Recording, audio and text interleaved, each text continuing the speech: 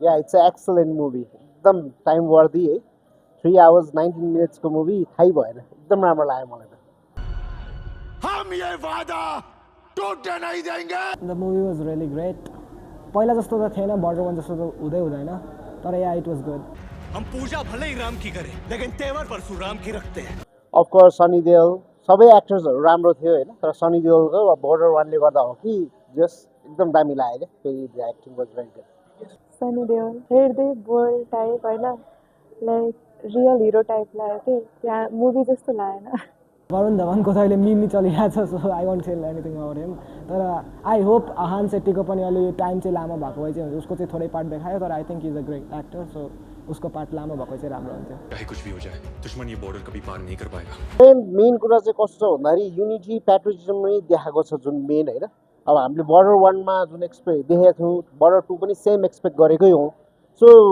really it was very good movie patriotism चाहिँ देखाएको है देशभक्ति देखाएको एकदम राम्रो लागेको बिगेस्ट ट्रेन्ड भनेको त्यो गीत छ नि चिठी आती है द्याट इज द गीत के त्यसले चाहिँ अलि हुन्छ नि पुरै पुरानो मुभीको याद गराइदिन्छ नि यु नो द्याट देशभक्तिको त्यो निस्किन्छ चंगा मेरी सुतेली माए चलता हूँ असली माँ का बुलावा आ गया आउट अफ 10 10 दिन्छु म अब यस्तो छ फर्स्ट एन्ड फरमोस्ट के छ भन्दाखेरि है यो आर्मी रिलेटेड मुभी हो यो खालि इन्डियन आर्मीको मात्र होइन क्या वर्ल्डको जति पनि आर्मी छ नि जसले चाहिँ अब देशको लागि एउटा गरेको जुन योगदान छ नि त्यो देखिँदैन कि जनताले देख्दैन कि कहिले पनि तर यहाँ चाहिँ देखाएको छ कि यो कस्तो छ भन्दाखेरि बोर्डर हेर्दा it's not only for India हाम्रो नेपालमा पनि कति बोर्डर हाम्रो आर्मी पुलिस आर्मीहरू कति हाम्रो सेक्युरिटीको लागि लडिरहेछ बसिरहेछ होइन त्यो योगदान हो क्या खास सो इट्स रियली यो मुभी चाहिँ एकदमै हार्ट टचिङ मुभी लाग्यो है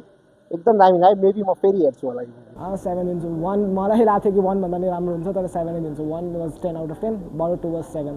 लेकिन मैं कहता हूँ कि हम ये जंग जीतेंगे QFX त मेरो फेभरेट ठाउँ हो म लबी मात्रै आउँछु popcorn was great everything was great it was fun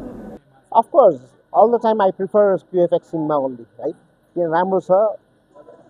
clean छ and the employees are very friendly so एकदम राम्रो लाग्छ मलाई यही QFX चाहिँ प्रिफर गर्छु म जहिले पनि